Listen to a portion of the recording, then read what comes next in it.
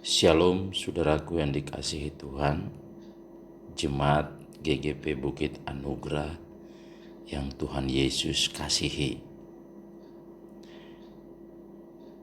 Di hari Minggu yang kudus ini, walaupun kita tidak beribadah secara tatap muka, namun Tuhan begitu baik dan luar biasa. Dia tetap mengasihi kita dan kita akan dikenyangkan dan dikuatkan oleh kebenaran firman Tuhan yang akan kita baca dan kita dengarkan secara bersama-sama di hari ini sebagai kekuatan bagi kita semua di dalam menjalani hidup di masa-masa yang sukar ini. Firman Tuhan hari ini kita ambil di dalam Ibrani pasal 6 ayat 9 sampai dengan 20 yang akan kita baca dan kita dengar secara bersama-sama. Saya akan baca dan saudara dengar. Dengan perikop pembacaannya adalah berpegang teguh pada pengharapan. Tetapi hai saudara-saudaraku yang kekasih, sekalipun kami berkata demikian tentang kamu, kami yakin bahwa kamu memiliki sesuatu yang lebih baik yang mengandung keselamatan. Sebab Allah bukan tidak adil sehingga ia lupa akan pekerjaanmu dan kasihmu yang kamu tunjukkan terhadap namanya oleh pelayanan kamu kepada orang-orang kudus yang masih kamu lakukan sampai sekarang. Tetapi kami ingin supaya kamu masing-masing menunjukkan kesungguhan yang sama untuk menjadikan pengharapanmu suatu milik yang pasti sampai pada akhirnya. Agar kamu jangan menjadi lamban, tetapi menjadi penurut-penurut mereka yang oleh iman dan kesabaran mendapat bagian dalam apa yang dijanjikan Allah. Sebab ketika Allah memberikan janjinya kepada Abraham, ia bersumpah demi dirinya sendiri, karena tidak ada orang yang lebih tinggi daripadanya. Katanya, sesungguhnya aku akan memberkati engkau berlimpah-limpah dan akan membuat engkau sangat banyak. Abraham menanti dengan sabar dan dengan demikian ia memperoleh apa yang dijanjikan kepadanya. Sebab manusia bersumpah demi orang yang lebih tinggi dan sumpah itu menjadi suatu perkokohan baginya yang mengakhiri segala bantahan. Karena itu, untuk lebih meyakinkan mereka yang berhak menerima janji itu akan kepastian putusannya, Allah telah mengikat dirinya dengan sumpah, supaya oleh kenyataan yang tidak berubah-ubah tentang mana Allah tidak mungkin berdusta, kita yang mencari perlindungan beroleh dorongan yang kuat untuk menjangkau pengharapan yang terletak di depan kita. Pengharapan itu adalah sauh yang kuat dan aman bagi jiwa kita yang telah dilabuhkan sampai ke belakang tabir, di mana Yesus telah masuk sebagai perintis bagi kita ketika ia menurut perintah Melkisedek menjadi imam besar sampai selama-lamanya. Saudaraku yang dikasihi Tuhan, Jemaat GGP Bukit Anugerah yang terkasih di dalam Yesus Kristus. Di masa-masa sulit ini, kita menikmati dan menyaksikan banyaknya orang yang tumbang oleh karena COVID-19 yang melanda dunia, termasuk dalam lingkungan kita. Membuat kita tidak bisa berbuat apa-apa. Dan mungkin kita di dalam kesulitan.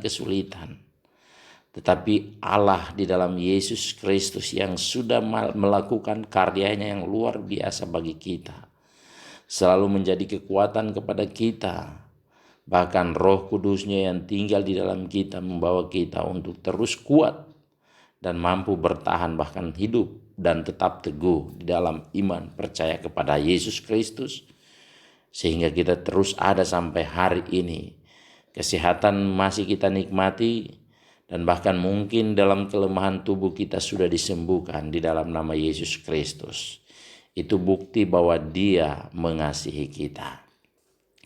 Di dalam pembacaan ini membawa pengharapan kepada kita tentang janji-janji Allah. Pengharapan adalah satu kekuatan yang kuat bagi kita, saudaraku yang dikasihi Tuhan. Sehingga di dalam situasi apapun yang kita alami, kita mau terus hidup di dalam pengharapan dan teguh di dalam iman percaya kepada Yesus Kristus. Di dalam situasi apapun, iman seseorang akan teruji ketika dia memiliki pengharapan. Orang yang memiliki pengharapan adalah orang yang memiliki keteguhan hati akan janji-janji Tuhan. Pengharapan dalam bahasa Yunani yaitu elpis, yang artinya menantikan yang baik. Kalau di dalam bahasa Ibrani mikveh, yang artinya sangat menantikan. Maka kesimpulan yang saya ambil adalah sangat menantikan sesuatu yang baik. Kita sebagai orang percaya, kita menantikan sesuatu yang baik. Tuhan, kapan kita akan terlepas dari bencana ini? Tuhan, kapan kita akan terlepas dari situasi sulit ini? Tuhan, kapan Tuhan membebaskan kita untuk melakukan segala aktivitas yang kita lakukan demi kebutuhan-kebutuhan hidup kita? Namun situasi ini seakan-akan tidak pernah berhenti, bahkan semakin sulit. Semakin hari kita melihat berita-berita di media sosial, televisi, dan berita apapun yang kita baca, kita menjadi takut. Tapi kita mau ingat bahwa firman Tuhan selalu berkata sebanyak 365 hari di dalam Alkitab bahwa jangan takut, menandakan bahwa setiap harinya kita tidak perlu takut. Karena kita memiliki hidup selama 365 hari di dalam satu tahun. Berarti setiap harinya kita tidak perlu takut. Karena Tuhan bersama-sama dengan kita. Mungkin kita dalam situasi sulit yang semakin sulit, tapi kita tidak perlu takut. Dan kita harus memiliki harapan. Karena harapan yang pasti di dalam Yesus Kristus adalah keselamatan yang utuh, yang kekal, sempurna, yang sudah Dia lakukan lewat kematiannya di atas kayu salib bagi kita. Apa yang kita harapkan dan menjadi harapan di tengah-tengah situasi sulit ini, saudaraku yang dikasihi Tuhan? Yang pertama, kita akan tetap percaya akan janji-janji Tuhan. Di dalam ayat yang 11 dan 12 dikatakan bahwa tetapi kami ingin supaya kamu masing-masing menunjukkan kesungguhan yang sama untuk menjadikan pengharapanmu suatu milik yang pasti sampai pada akhirnya. Agar kamu jangan menjadi lamban tetapi menjadi penurut-penurut mereka yang oleh iman dan kesabaran mendapat bagian dalam apa yang dijanjikan Allah. Dikatakan bahwa menunjukkan kesungguhan yang sama untuk menjadikan pengharapanmu suatu milik yang pasti. Bahwa kepastian keselamatan yang sudah Tuhan berikan kepada kita adalah suatu harapan yang sudah kita terima. Bahwa kita sudah memiliki satu keselamatan yang pasti di dalam Yesus Kristus. Dan kita tidak menjadi lamban, tapi kita menjadi penurut-penurut dan melakukan apa yang sudah Dia kerjakan dan menjadi contoh bagi kita. Haleluya. Yang oleh iman dan kesabaran mendapat bagian yang dijanjikan Allah. Kita mau tetap percayakan janji-janji Tuhan, saudaraku yang dikasihi Tuhan. Mungkin situasi ini membuat kita takut, tapi kita ketahuilah bahwa takut adalah suatu hal yang manusiawi yang tentunya terus datang dalam kehidupan kita. Namun firman Tuhan menjadi kekuatan dan pengajaran yang baik bagi kita. Orang yang menaruh harapan kepada Tuhan adalah orang yang mengerti janji-janji Tuhan. Sehingga apapun yang terjadi dalam kehidupan setiap hari, kesulitan, musibah, dan apa saja tidak membuat dia takut. Abraham menerima janji Tuhan dan dia terus dalam iman dan pengharapan. Kenapa dia menerima janji Tuhan? Dia tetap sabar untuk menantikan janji itu. Dia sungguh-sungguh di dalam melakukan perintah Tuhan. Dia taat, sabar di dalam melakukan perintah itu, saudaraku yang dikasihi Tuhan. Sehingga di dalam ayat yang ke-14 dikatakan bahwa sesungguhnya aku akan memberkati engkau berlimpah-limpah dan akan membuat engkau sangat banyak. Itu janji Allah kepada Abraham. Dan di dalam ayat yang ke-15 Abraham menanti dengan sabar. Dan dengan demikian dia memperoleh apa yang dijanjikan kepadanya. Kesabaran tentunya menjadi sesuatu yang sangat penting dalam diri kita. Mungkin kita melihat situasi ini, kita semakin hari semakin terpuruk di dalam ekonomi kita oleh karena kita tidak bekerja. Tapi firman Tuhan mengajarkan kita tentang hal kesabaran. Roh Kudus yang sudah ada di dalam diri kita itu membawa kita untuk tetap sabar, saudaraku yang dikasihi Tuhan. Kita harus sabar di dalam menantikan janji Tuhan sampai terrealisasi. Mungkin jawaban doa belum ada, tapi kita mau tetap sabar dengan pengharapan yang kuat di dalam Yesus Kristus. Karena kita tahu kita memiliki Allah yang tidak pernah ingkar janji dalam setiap hidup kita. Kita mau terus berdoa dan mendekatkan diri kepada Allah di dalam Yesus Kristus. Kita mau terus sungguh-sungguh di dalam mengikuti firman Tuhan. Kita mau tetap teguh di dalam iman dan percaya kita kepada Allah.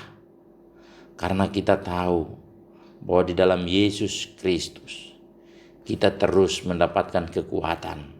Walaupun kenyataannya kita masih di dalam kesulitan, saudaraku yang dikasihi Tuhan. Ketika kita dipanggil pulang, kita tidak membawa apa-apa, saudaraku yang dikasihi Tuhan. Sehingga kita tidak perlu risau, tidak perlu takut. Kita tidak perlu bersungut-sungut. Kapan Tuhan menjawab doaku?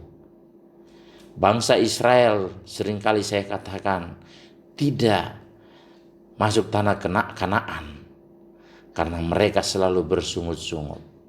Tuhan tidak mengizinkan mereka masuk ke sana. Bangsa yang datang dari Mesir semuanya tidak sampai ke tanah Kanaan karena persungutan dan tantangan yang mereka lakukan kepada Allah. Mereka menentang Allah, mereka melawan Allah, sehingga mereka tidak masuk ke tanah Kanaan. Saudaraku yang dikasihi Tuhan, itu yang harus kita lakukan dengan sabar. Kita mau terus menantikan janji Allah dengan penuh harapan. Percayakan janji Tuhan, itu menjadi pegangan kita. Yang kedua, Kristus adalah harapan dan kekuatan kita. Apa yang kita lakukan, saudara yang dikasihi Tuhan, yang kita harapkan di tengah-tengah situasi yang sulit ini. Poin yang kedua mengajarkan kita, di mana kita tetap percaya bahwa Kristus adalah harapan dan kekuatan kita.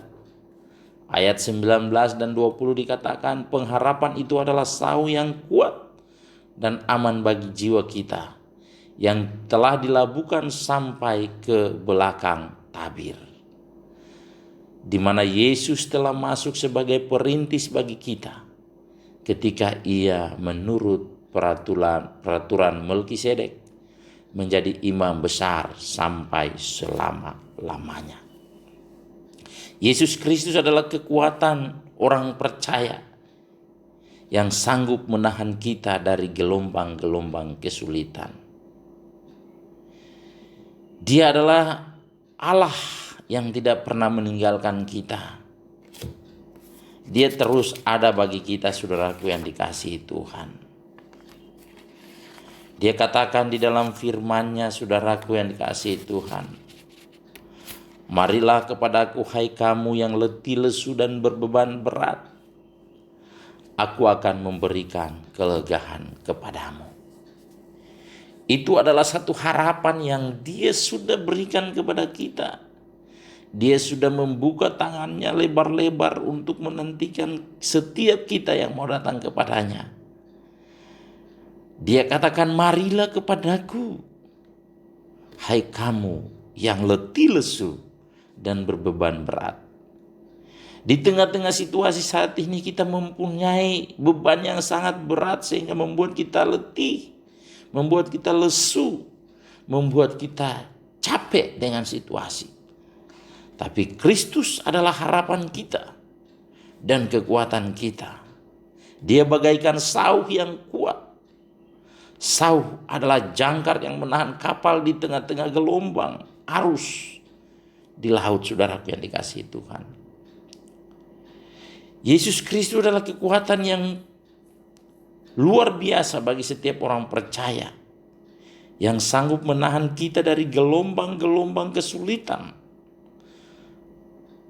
Sauh yang menahan kapal. Yesus Kristus selalu menahan kita. Dia yang kuat itu tetap ada menjadi pelindung kita di tengah-tengah arus kesulitan kita, saudara. Di tengah situasi sulit, kita butuh Yesus Kristus sebagai kekuatan. Setiap kapal memiliki jangkar atau sauh, dan itu adalah kekuatannya. Ketika dia di tengah-tengah kesulitan, kapal itu di tengah-tengah kesulitan, kita pun selalu ada Yesus Kristus bersama kita, sehingga dia senantiasa memberikan kekuatan kepada kita di tengah-tengah situasi sulit saat-saat ini. Kita sangat membutuhkan dia, saudaraku yang dikasihi Tuhan. Ingat murid-murid di tengah badai di dalam Lukas 8 ayat 22 sampai 25. Mereka berseru kepada Allah, "Guru, kami binasa." Dan Yesus menghardik laut, dan laut itu menjadi tenang. Laut menjadi tenang bukan oleh karena kemampuan murid-murid di dalam mengantisipasi badai itu, saudaraku yang dikasihi Tuhan. Tapi laut itu menjadi tenang oleh karena ada seruan yang dinaikkan kepada murid-murid. Maka kita tetap berdoa kepada Allah. Doa adalah kekuatan kita. Tidak bosan-bosannya saya mau sampaikan bahwa doa, definisi daripada doa adalah didengar oleh Allah. Allah senantiasa mendengar doa kita. Dia tidak pernah tidak mendengar doa kita. Di dalam Yesaya 59 ayat 1 dan 2, di situ dikatakan bahwa telinga Tuhan tidak kurang tajam untuk mendengarkan doa kita. Tangan Tuhan tidak kurang panjang untuk menjamah dan menyelamatkan kita. Maka setiap doa yang kita naikkan, saudaraku yang dikasihi Tuhan, dia pasti mendengar. Dan tangannya yang tidak kurang panjang itu selalu menjamah dan menyelamatkan kita. Tapi satu hal yang menjadi masalah, bahwa ketika doa kita tidak dijawab, di situ dikatakan bahwa yang menjadi pemisah antara kita dengan Allah adalah segala dosa kita. Maka kita harus mengintrospeksi diri kita. Kita tidak bersungut-sungut, Tuhan, kenapa Engkau tidak menjawab doaku? Firman Tuhan berkata bahwa doa orang benar, bila yakin didoakan, sangat besar kuasanya. Di dalam Yakobus pasal 5 ayat 16. Maka kita harus hidup di dalam kebenaran. Kita tidak bersungut-sungut. Kita mau tetap percaya kepada Yesus Kristus dan memiliki pengharapan yang kuat. Karena Dia adalah harapan dan kekuatan kita, saudaraku yang dikasihi Tuhan. Pengharapan yang adalah sauh tetap membuat kita tetap stabil di dalam Yesus Kristus dan kokoh di tengah-tengah gelombang kesulitan yang kita alami saat-saat ini. Kita butuh pengharapan supaya hidup kita tidak terombang-ambing oleh arus persoalan hidup. Mengapa pengharapan aman bagi jiwa kita, saudara yang dikasihi Tuhan? Karena roh kita sudah kuat, karena Roh Kudus yang selalu ada bersama-sama dengan kita. Ketika kita menerima Yesus Kristus, roh kita sudah diperbaharui, sehingga roh ketakutan dan lain-lain sudah tidak ada di dalam diri kita, sehingga kita tidak perlu takut. Sudah sempurna, sudah dewasa, dan sudah stabil, saudaraku yang dikasihi Tuhan. Roma 8 ayat 11.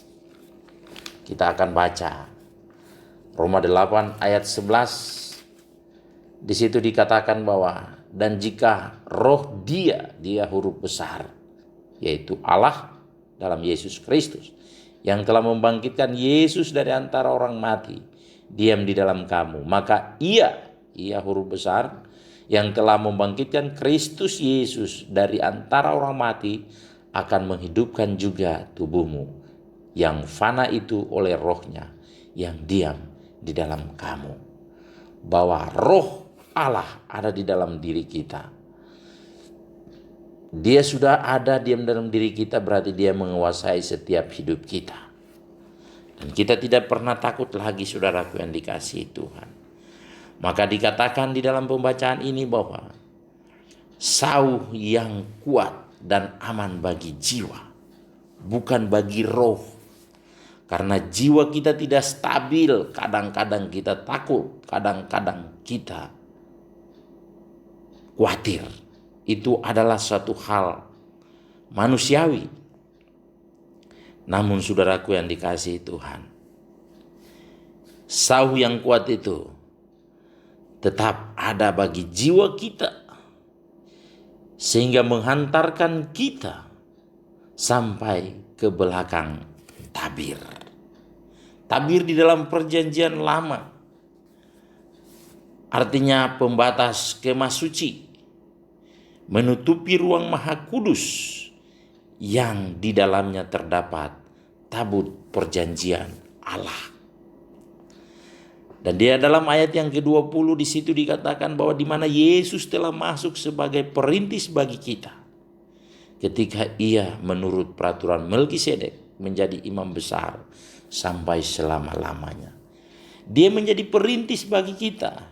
Dan Dia sudah masuk di sana, saudaraku yang dikasihi Tuhan. Dia memberikan jalan kepada kita masuk di sana, di rumah Bapa yang kekal.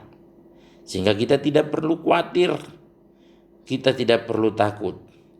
Karena Yesus Kristus yang adalah sauh yang kuat, aman bagi jiwa kita, yang menghantar kita sampai kepada pelabuhan yang tenang di belakang tabir, saudaraku yang dikasihi Tuhan.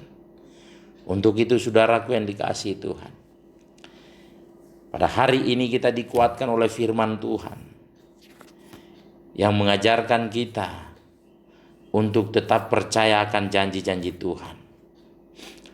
Dan yang kedua, kita mau tetap percaya bahwa Kristus adalah harapan dan kekuatan kita.